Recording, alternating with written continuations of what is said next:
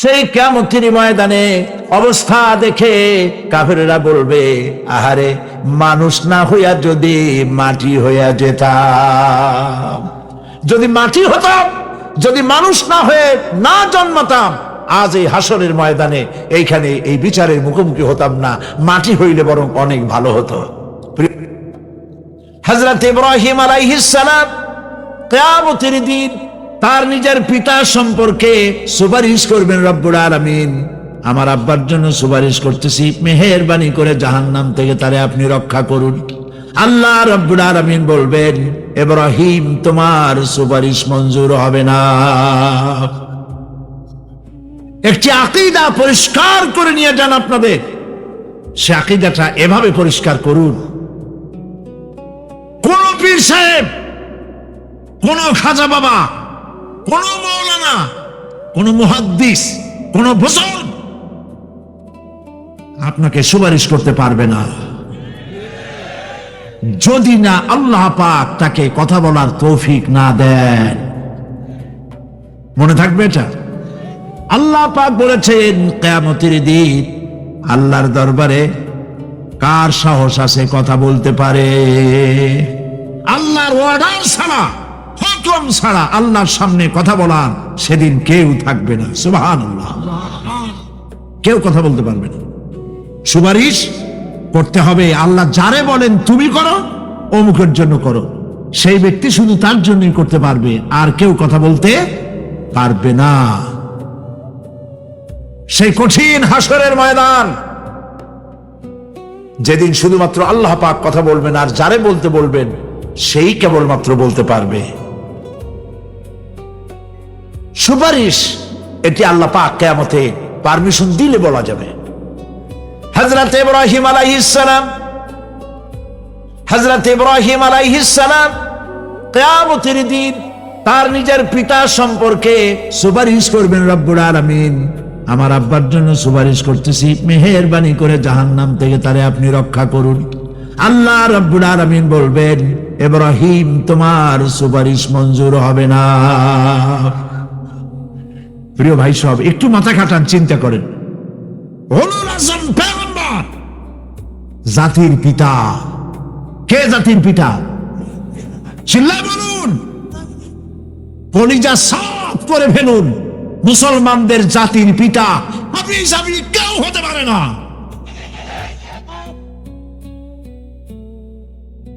ইব্রাহিম আলাইহিস সালাম এই মিল্লাতের পিতা। সুবহানাল্লাহ। হযরত ইব্রাহিম আলাইহিস সালাম কিয়ামতের দিন বলবেন, আল্লাহ, আমার আব্বার জন্য সুপারিশ করছি। আল্লাহ পাক বলবেন, মঞ্জুর হবে না। আজর তোমার পিতা হতে পারে, কিন্তু আমার খলিলকে আগুনে ফেলার জন্য নমরুদকে সে সহযোগিতা করেছে, আমি তোমার পিতাকে ক্ষমা করব না। নবী করিম সাল্লাল্লাহু আলাইহি সাল্লামকে সাহাবায়ে কেরাম জিজ্ঞেস করেছেন, হে রাসূল, আপনার আব্বা এবং আম্মার অবস্থা কি হবে? নবী করিম সাল্লাল্লাহু আলাইহি সাল্লাম কেঁদে ফেলেছেন, সব বলেছেন, আমি তাদের কোনো উপকারে আসব না। আল্লাহু আকবার। আপনি মনে করছেন নাকি যে ইয়া নবী সালাম আলাইকা বলি অমনি নবীর সুপারিশ পাবে? এত সহজ। কতগুলা রসগোল্লা খাইলেন আর বড় একটা মিছিল করলেন আর অমনি চলে যাবেন? পৃথিবীর সব মানুষ, সাহাবায়ে কেরাম বাদ দেন, পৃথিবীর সমস্ত মানুষ একত্রিত হয়ে আবু তালেব রাসূলুল্লাহকে যে ভালোবেসেছেন, ওর 1000 ভাগের 1 ভাগও সারা দুনিয়ার মানুষ রাসূলুল্লাহকেই ভালোবাসতে পারবে? পারবে? নিজের ছেলে আলীকে, আলী রাদিয়াল্লাহু তাআলা আনহুকে আলাদা বিছানায় শোয়াইয়া, ছোট্ট মানুষ হযরত আলী আলাদা জায়গায় রাখিয়া, মুহাম্মদুর রাসূলুল্লাহ সাল্লাল্লাহু আলাইহি ওয়াসাল্লাম এতিম মানুষ, তারে কলিজার সাথে বুকের মধ্যে আশ্রয় দিয়ে আগলে রেখেছেন বুক ভরে। সেই আবু তালেব মৃত্যুর সময় নবী করিম সাল্লাল্লাহু আলাইহি ওয়াসাল্লাম বলেছিলেন, চাচা, একটি বার আমার কানে তাওহীদের কালেমা শোনায় দেন। আবু তালেব, তার কিসমতে ছিল না কালেমা। মরে যাওয়ার পর একজন সাহাবী বলেছিলেন, ইয়া রাসূলুল্লাহ, মৃত্যুর সময় আবু তালেবের মুখ আমি নড়তে দেখেছি, তিনি কালেমা পড়েছেন সম্ভবত। রাসূলুল্লাহ সাফ বলেছেন, আমি শুনি নাই। এত ভালোবাসার পরেও হাদিস শরীফে এসেছে আবু তালেব জাহান্নামে যাবে। কোথায় যাবে? জাহান্নামে। সবচাইতে কম আযাব হবে কার? আবু তালেবের। কম আযাবটা কি? হাদিস শরীফে এসেছে কম আযাব হলো জাহান্নামের আগুন দিয়ে এক জোড়া জুতা তৈরি করে আবু তালেবের পায়ে পরিয়ে দেওয়া হবে। সেই জাহান্নামের আগুনের তৈরি করা জুতার তাপে আবু তালেবের মাথার ঘিলুগুলো টকবক করে বউ পড়তে লাগবে। এত ভালোবেসে যদি কিয়ামতে উপায় না হয়, আপনি ইয়া নবী সালাম আলাইকা, ইয়া রাসূল সালাম আলাইকা, আর কতগুলো জিলাপি খাইলেন, বড় একটা মিছিল করলেন। প্রিয় ভাই সব, এইসব বেদাত ছাড়ুন, এগুলি সুস্পষ্ট বিদআত। রাসূলুল্লাহকে ভালোবাসবেন, সাহাবীরা যেভাবে ভালোবেসেছেন ওইভাবে ভালোবাসবেন। সুন্নতের অনুসরণ কিভাবে করবেন? সুন্নতের অনুসরণ করবেন কিভাবে? নবী করিম সাল্লাল্লাহু আলাইহি ওয়াসাল্লামকে ভালোবাসবেন কিভাবে? হযরত আব্দুল্লাহ ইবনে মাসউদ রাদিয়াল্লাহু তাআলা আনহু তিনি সাফ বলেছেন, মান কানা মুস্তান্নান ফালিয়াস্তান্না বিমান কাদ মাত। কেউ যদি সুন্নতের পূর্ণাঙ্গ অনুসরণ করতে চায়, সেজন্য যারা মরে গেছে তাদের অনুসরণ করে। ফাইনাল হাইয়া লা তু'মানু আলাইহিল ফিতনা। কারণ যে ব্যক্তি মারা গেছে, যে ব্যক্তি বেঁচে আছে, ফাইনাল হাইয়া, যে ব্যক্তি বেঁচে আছে, সে যে ভবিষ্যতে ফিতনায় পড়বে না তা নিশ্চিত করে বলার কোনো উপায় নাই। এই জন্য সুন্নতের অনুসরণ করার জন্য মাপকাঠি কোনো পীর নয়, আলেম নয়, মুহাদ্দিস নয়, মুফাসসির নয়। যে ব্যক্তি মারা গেছে তিনি হলেন সুন্নতের অনুসরণ তারই করতে হবে। তিনি কে? তারা কারা? উলাইকা আসহাবু মুহাম্মাদিন সাল্লাল্লাহু আলাইহি ওয়াসাল্লাম। তারা হলেন নবী করিম সাল্লাল্লাহু আলাইহি ওয়াসাল্লামের সাহাবায়ে কেরাম রিদওয়ানুল্লাহি তাআলা আলাইহিম আজমাইন। কানু আফদালু হাযিহিল উম্মাহ। তারা হচ্ছে এই উম্মতের শ্রেষ্ঠ সন্তান। আমার দেশে আসে না যারা, যে সরকার যখন আসে তারা আইসা এক দলকে বলে এরাই হলো দেশের জাতির শ্রেষ্ঠ সন্তান। না, শ্রেষ্ঠ সন্তান তোমরা সার্টিফিকেট দিলে হবে না। এ বিশ্বের শ্রেষ্ঠ সন্তান আল্লাহর নবীরা, আর তারপরেই সাহাবায়ে কেরাম রিদওয়ানুল্লাহি তাআলা আলাইহিম আজমাইন। আবাররাহা কুলুবান, তাদের কলবকে আল্লাহ পাক পবিত্র করেছেন। ওয়া আমাকাহা ইলমান, আর তাদেরকে গভীর ইলম দান করেছেন। ওয়া আকাল্লাহা তাকাল্লুফান, আর সমস্ত রকমের বক্রতা থেকে তাদের কলিজাকে আল্লাহ পাক মুক্ত করে দিয়েছেন। ইখতারাহুমুল্লাহু লিসুহবাতি নবিয়্যিহি ওয়া লিইকামাতি দীনিহি। আল্লাহ পাক এই সব লোকদের, কাদের? সাহাবীদের। এই সব লোকদেরকে আল্লাহ বাছাই করেছিলেন মুহাম্মদ রাসূলুল্লাহ সাল্লাল্লাহু আলাইহি সাল্লামের সাহাবী হওয়ার জন্য। বাছাই করছে কে? আল্লাহ পাক নিজে বাছাই করেছেন রাসূলের সাহাবী হওয়ার জন্য। কি জন্য? লিইকামাতি দীনিহি, আল্লাহ পাকের দ্বীন প্রতিষ্ঠার জন্য। সেই জন্য প্রিয় ভাই সব, কিয়ামতের দিন সুপারিশ কেউ কিন্তু করতে পারবে না। সুপারিশ করতে পারবেন কেবলমাত্র কে?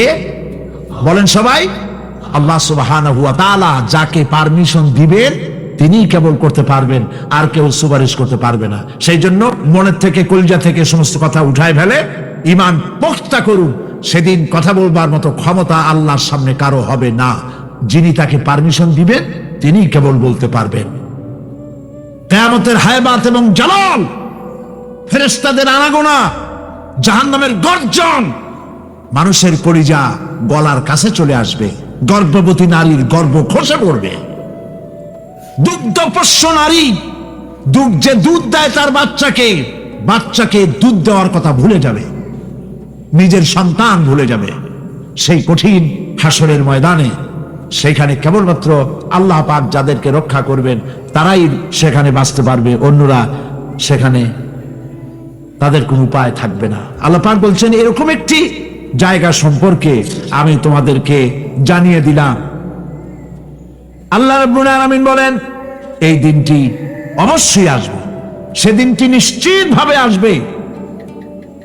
আর এখন যার ইচ্ছা সে তার রবের দিকে অগ্রসর হোক। ইন্না আনজারনাকুম আযাবান কারীবা, খুব নিকটবর্তী একটি আযাব সম্পর্কে আমি তোমাদেরকে সতর্ক করে দিলাম। কে বলতেছেন? আল্লাহ পাক। লক্ষ্য করুন আল্লাহ কি বলছেন, খুব নিকটবর্তী একটি কঠিন শাস্তি, আযাব অর্থাৎ কিয়ামত, এ সম্পর্কে আমি তোমাদেরকে সতর্ক করে দিলাম। ইয়াউমা ইয়ানজুরুল মারউ মা কদ্দামাত ইয়াদা, সেদিন প্রত্যেকটি লোক যা সে পাঠিয়ে দিয়েছিল এখানে, অর্থাৎ যা করেছিল সেগুলি সে দেখতে পাবে। আর তখন সেই কিয়ামতের ময়দানে অবস্থা দেখে কাফেরেরা বলবে, আহারে মানুষ না হইয়া যদি মাটি হইয়া যেতাম, যদি মাটি হতাম, যদি মানুষ না হয়ে না জন্মাতাম, আজ এই হাসরের ময়দানে এইখানে এই বিচারের মুখোমুখি হতাম না, মাটি হইলে বরং অনেক ভালো হতো। প্রিয় ভাই সব, সূরা আন-নাবা সংক্ষিপ্ত আকারে যে আলোচনাটি করলাম, সে আলোচনাটি ছিল এই পরকাল হবে, কিয়ামত হবে, এতে কোনো সন্দেহ নাই। আছে সন্দেহ? কোনো সন্দেহ নাই, অবশ্যই কিয়ামত হবে। এবং সেই কিয়ামত কেমনে হবে সেগুলির দৃষ্টান্ত মানুষ মরলে পচে যাবে, গলে যাবে, তারপরে জিন্দা হবে কেমনে, সেগুলি আমি আপনাদের সামনে আলোচনা করেছি। তারপরে জান্নাত এবং জাহান্নাম দুটি ভাগ হবে, সেগুলির ব্যাপারে আমি আপনাদের সামনে আলোচনা করেছি। আজকে মুনাজাতের আগে সর্বশেষ যে কথাগুলি বলতে চাই, সে কথাগুলি হলো এই পৃথিবীতে আমরা এসেছি, চলে যাব, যাওয়ার আগে এই কোরআন একটি বিশাল জনগোষ্ঠী এমন বানাতে চেয়েছে, যে জনগোষ্ঠী এই কোরআন দিয়ে একটি বিশাল সমাজ গড়বে, রাষ্ট্র গড়বে, এমন রাষ্ট্র গড়বে যেই রাষ্ট্রে দুঃখ থাকবে না, অশান্তি থাকবে না, যেখানে সুখ থাকবে, সমৃদ্ধি থাকবে, আর কিয়ামতের দিন আল্লাহর জান্নাতে তারা চলে যাবে। তেমন একটি সমাজকে আমরা চাই। সবাই বলেন, সেরকম একটি সমাজকে আমরা চাই। কারা কারা চাই হাত তুলে দেখা।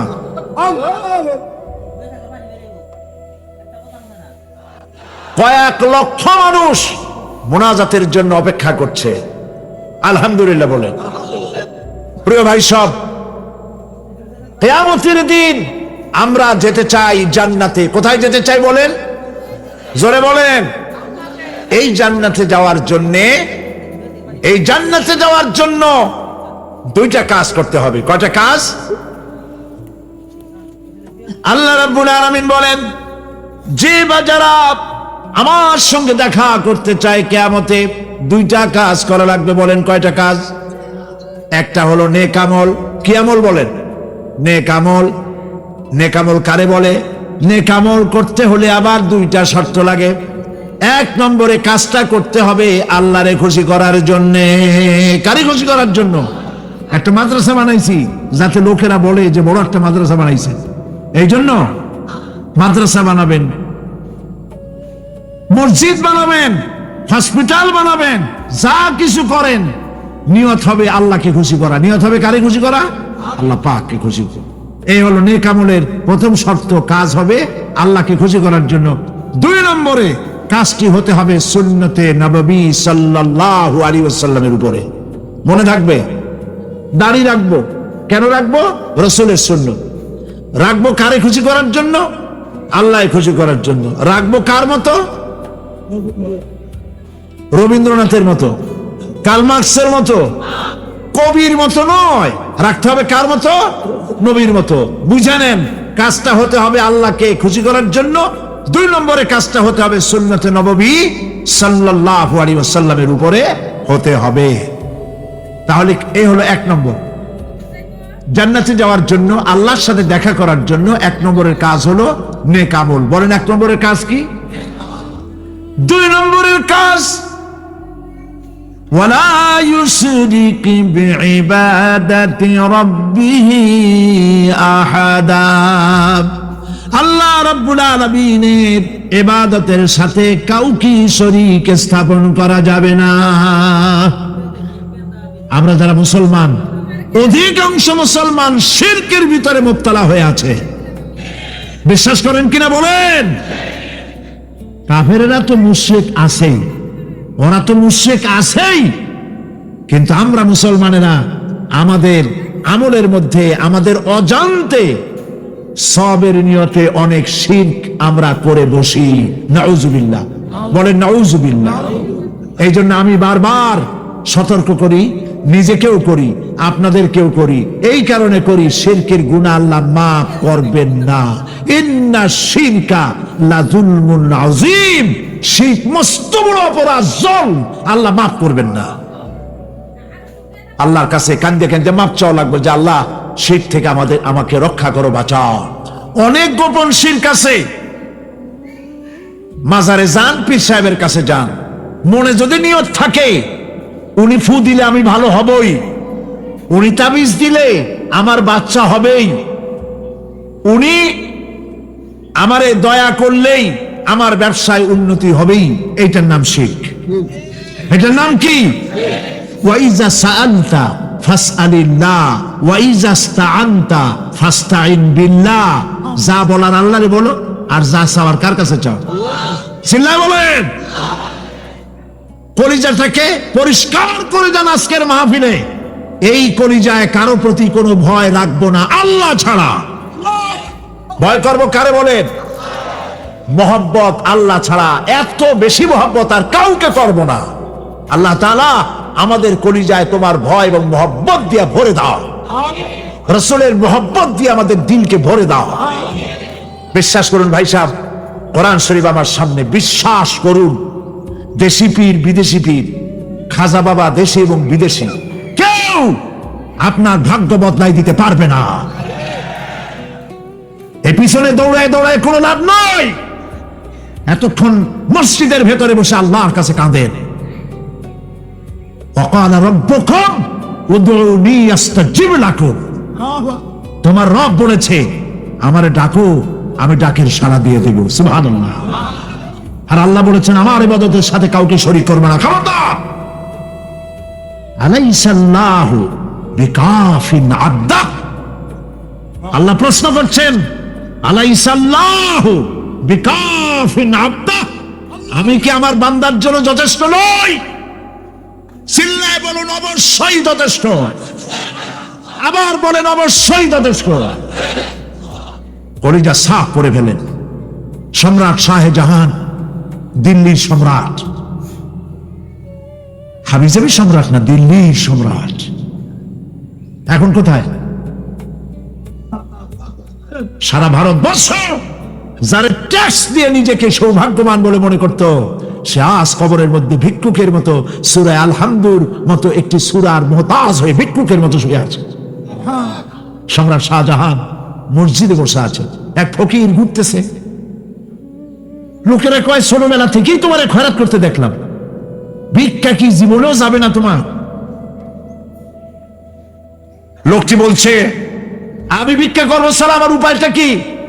কারণ আমার তো লোকেরা এই মুরব্বীকে বসায় না। এই লোকটি আমি ভিক্ষা করা ছাড়া করবো কি? লোকেরা তো আমার 60 টাকা 50 টাকা 100 টাকা দেয় না, 4 আনা 5 আনা 1 টাকা এই আমার দেয়, এ দিয়ে আমি বড় লোক হবো কেমন? লোকটি বলছে আচ্ছা দেখো, তুমি তো জায়গা মতো যাইতে পারো নাই, বাদশার কাছে যাও, এমন দেওয়া দেবে জীবনে আর খয়রাত করা লাগবে না। তো বাদশার কাছে কি খয়রাতি যাইতে পারে কোনোদিন? কয় হ্যাঁ এখন পারবা। কেমনে? কয় সম্রাট শাহজাহান এখন একা একা মসজিদে আছেন। তখনকার এসব বাদশারা অনেকে নামাজি ছিলেন, দিনদার ছিলেন। ফকির দরজার কাছে দাঁড়াইয়া দেখতে পাচ্ছে কেউ নাই, দেহরক্ষীরা দূরে দূরে দাঁড়ানো। বাদশাহ মসজিদের ভেতরে বসে হাত তুলে ঝুলতেছে আর কাঁদতেছে, চোখের পানি দিয়া দাঁড়িয়ে ভিজে ভিজে পড়ছে।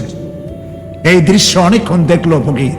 কিছুক্ষণ পর সম্রাট শাহজাহান মসজিদ থেকে বেরিয়ে আসছে। ফকির বলছে আসসালামু আলাইকুম হুজুর।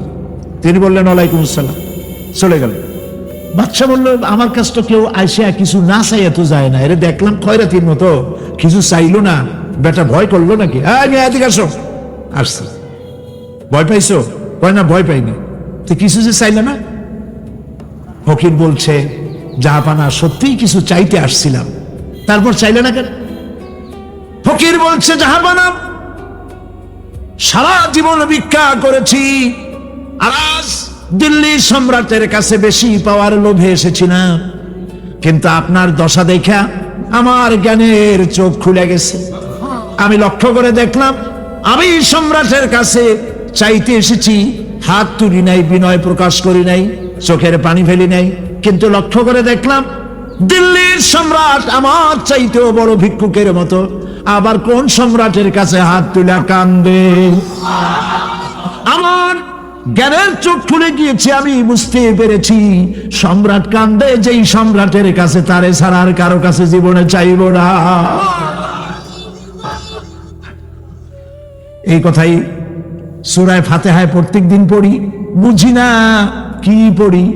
আয় আল্লাহ, একমাত্র তোমার গোলামি করি আর তোমার কাছে সাহায্য চাই, তুমি ছাড়া কারো কাছে সাহায্য চাই না।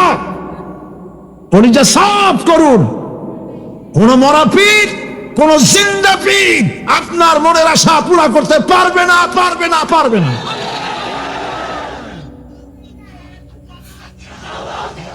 আর আজ থেকে কোন মাজারে টাকা দিবেন না, পয়সা দিবেন না, আগরবাতি দিবেন না, মোমবাতি দিবেন না, গোলাপ পানি দিবেন না। কারা কারা দিবেন না হাত উঁচু করে দেখা। আল্লাহ পাক তুমি এই হাতগুলি কবুল করে, জোরে বলেন আমিন। এই চট্টগ্রাম ছিল স্বাধীনতা আন্দোলনের লালন ভূমি, সূতিকাগার। এই চট্টগ্রামের বুকের উপরে দাঁড়িয়ে শহীদ প্রেসিডেন্ট জিয়াউর রহমান স্বাধীনতার ঘোষণা দিয়েছিলেন। সেই চট্টগ্রাম স্বাধীনতার গৌরবে ধন্য। সেই চট্টগ্রামকে আল্লাহ পাক ইসলামের চট্টগ্রাম, শিরক এবং বিদআত মুক্ত চট্টগ্রাম আল্লাহ বানায় দিন। আমার কলিজা চায় আমি আপনাদের সাথে জড়াই গেছি, ভালোবাসা দিয়া, মোহব্বত দিয়ে, কোরআনের কারণে, আর কোনো কারণ নাই, কোনো স্বার্থ নাই। আমি কোনোদিন চট্টগ্রাম থেকে এমপি নির্বাচন করতে আসবো না। আপনাদের সাথে আমাদের এই মোহব্বতের সূত্র শুধুমাত্র আল্লাহ, শুধুমাত্র রাসূল, শুধুমাত্র আল্লাহ রাব্বুল আলামিনের এই কোরআন শরীফ, আর কিচ্ছু না। আল্লাহ পাক এই চট্টগ্রামে যারা মাজারের ব্যবসা করে এগুলোরে তুমি হেদায়েত করে দাও, বলেন আমিন। মাজার কেন্দ্র করে যারা বসে আছে ওদেরকে বলেন আল্লাহর রাস্তায় বাড়ি ফিরে যা। এ মাজারে চাষ কি? মাজারগুলির চতুর্দিকে বসে আছে গাঁজা খায়, দাড়িতে জট, গায়ে সালার শট, শয়তান। বাড়ি যা, বলবেন বাড়ি যা, বাচ্চা রিক্সা চালা, তোরে মাজারে বসতে কইছে কে? মাজারগুলি পাহারা দেবে গভর্নমেন্ট। শাহ আমানত আমাদের সম্পদ, শাহ মাকদুম মুসলিম মিল্লাতের সম্পদ, শাহজালাল মুসলিম উম্মার সম্পদ। এদের মাজারকে সংরক্ষণ করার দায়িত্ব সরকারের। ওখানে তোমার বসে থাকা লাগবে না, খালি পয়সা কামাও আর এই টাকা দিয়া ট্রাক আর বাসের ব্যবসা করো, কোটি কোটি টাকার মালিক হও। আর গাঁজা খায়, ডলিয়া ডলিয়া কলকিতে ঢুকে টান দেয়, চোখ ক্রমে বড় হয় আর গান গায়, মদিনা যাব কেমনে মদিনা। বলে তুই শয়তান, কেমনে মদিনায় যাবি? এত গাঁজা খাইয়ে যাবি তুই মদিনায়? প্রিয় ভাই সব, শিরক মুক্ত জীবন যাপন করতে হবে, কোনো আপোষ নাই, নো কম্প্রোমাইজ। মাজারওয়ালাদের সাথে মুসলমানদের কোনো কম্প্রোমাইজ নাই, সাফ কথা। আমরা শিরক এবং বিদআত মুক্ত জীবন চাই, আলহামদুলিল্লাহ বলে। কিয়ামতে আল্লাহ পাক নাজাত দিয়ে দেবেন, বলেন আমিন। আজকে কি ভাই কোরআন শরীফের মাহফিলের শেষ দিন, তাফসীরের মাহফিল শেষ দিন, মুনাজাতের দিন, লক্ষ লক্ষ মানুষ মুনাজাতের অপেক্ষায় বসে আছে। প্রিয় ভাই সব, এই সুন্দর মুহূর্তে আমরা কি ওয়াদা করতে পারি জীবনে আর নামাজ ছাড়ব না? আমরা কি ওয়াদা করতে পারি জীবনে আর মিথ্যা কথা বলবো না? মুসলমানদের কপাল পুড়লো কেন? কারণ দুনিয়া আমরা সব থেকে বেশি মিথ্যা কথা বলি, বলেন ঠিক কিনা? আমরা সব থেকে বেশি ওজনে কম দেই, আমরা খাদ্যে ভেজাল দেই, আমরা মানুষের শেকায়েত করি, আমরা পরনিন্দা করি, আমরা জমিনের আইল ঠেলি, আমরা নারীর মর্যাদা দেই না। এই সব কারণে আল্লাহ নারাজ হয়ে গেছেন। আমরা কি ওয়াদা করতে পারবো এই অপকর্মগুলি জীবনে আর করবো না? পারবো? দুই হাত উঁচা করেন, বলেন ইয়া আল্লাহ, তোমার পবিত্র নামে শপথ করি, কসম করি, যতদিন পর্যন্ত মালাকুল মউত আমার মাথার কাছে না আসতেছে ততদিন পর্যন্ত ফরজ নামাজ, ফরজ রোজা ছেড়ে দেব না, মিথ্যা বলবো না, ওয়াদা খেলাপ করব না, অহংকার করব না, পরনিন্দা করব না, জমিনের আইল ঠেলবো না, স্ত্রী এবং অধীনস্থ মহিলাদেরকে ব্যবহার করব না। বলেন, সুদ খাবো না, ঘুষ খাবো না। আয় আল্লাহ, চিৎকার দিয়া বলেন, আয় আল্লাহ, আমাদের আজকের এই মুকাম্মাল তওবা, এই ওয়াদা আমাকে পূরণ করা তৌফিক দাও। আমিন, আমিন, আমিন ইয়া রাব্বাল আলামিন। হাত নামান। প্রিয় ভাই সব,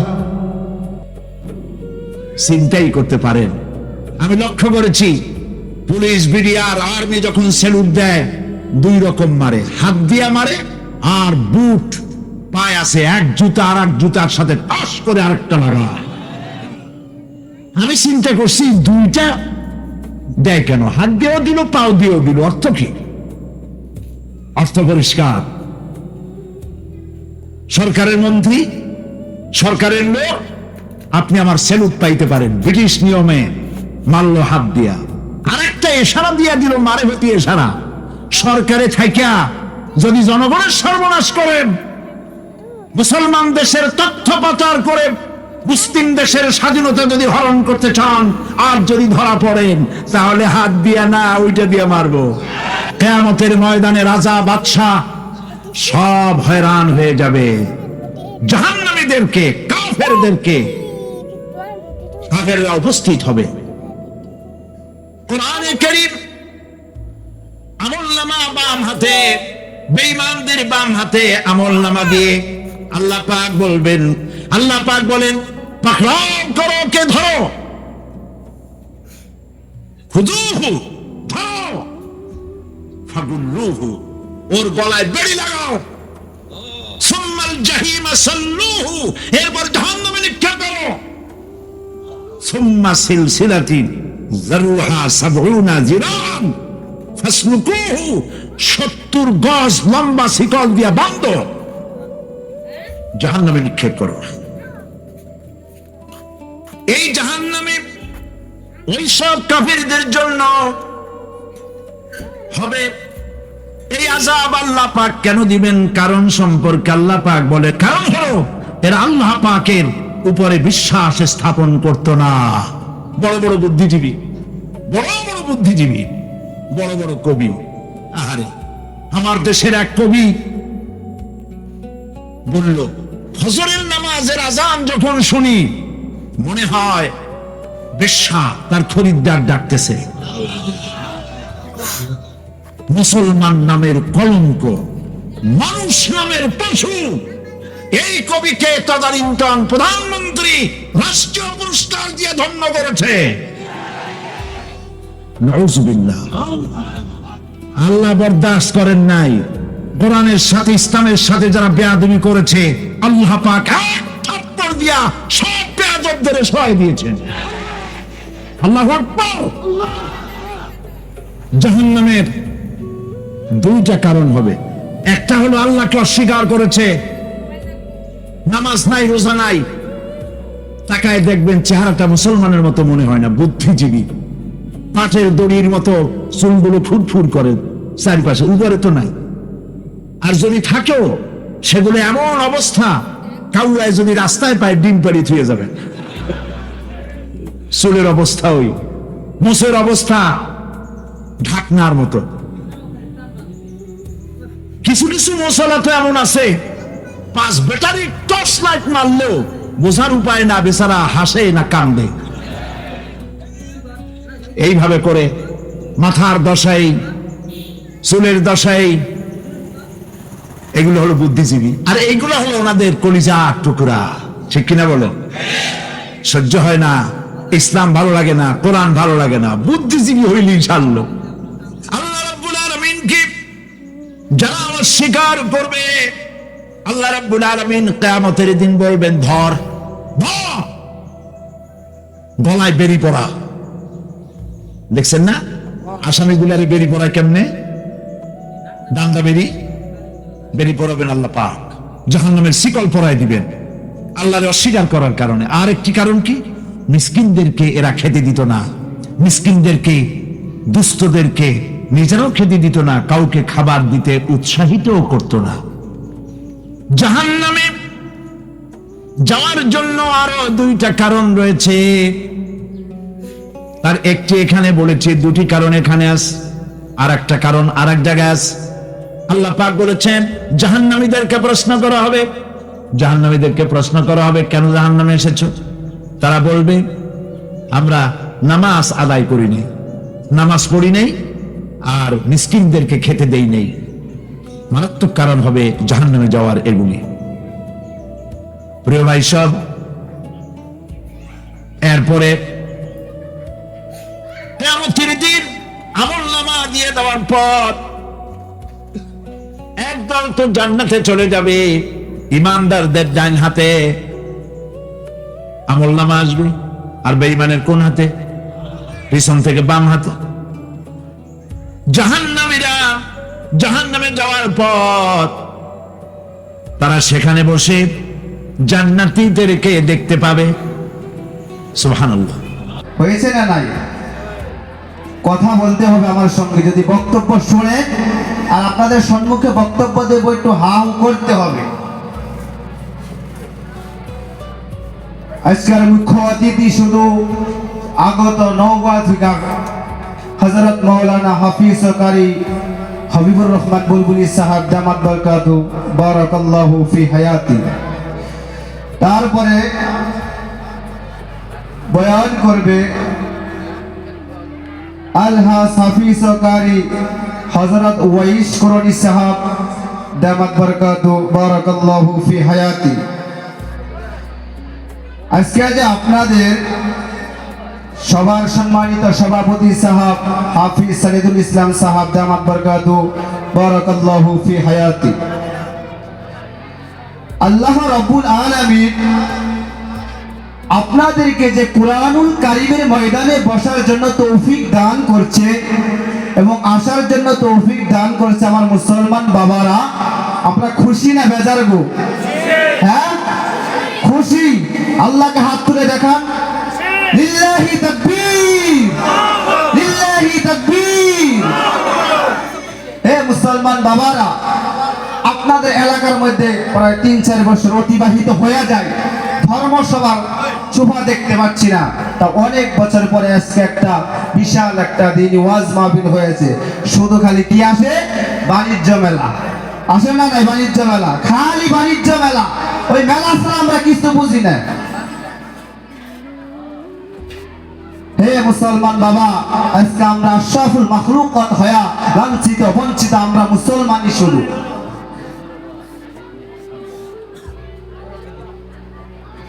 এই জন্য এই পৃথিবীর জমিনের মধ্যে আল্লাহ রাব্বুল আলামিন আপনাদেরকে আমাদেরকে যে মানুষ হিসেবে পাঠিয়ে দিছে বাবা, মানুষ হিসেবে করার জন্য করণীয় কাজ কি আমাদের? আজকে আমরা ইসলামিক যেটা কানুন নিয়ম, ইসলামিক গাইডলাইন ওইটা আমরা মেনে চলতে পারছি না। কোরআন ইসলামের দৃষ্টি দিয়ে আমরা কিভাবে জীবন অতিবাহিত করতে হয় ওইটা আমরা করতে পারছি না। মুসলমান বাবা, আপনাদের সম্মুখে কোরআনুল কারীম থেকে হাদিস দিয়ে কিভাবে ইসলামের দিকে চলে যেতে হয় ওইভাবে আমি আপনাদেরকে নিয়ে দেবো। সবাই রাজি আছেন তো নাকি? আছেন তো নাকি সবাই? আমরা ময়দান আসছি নাকি?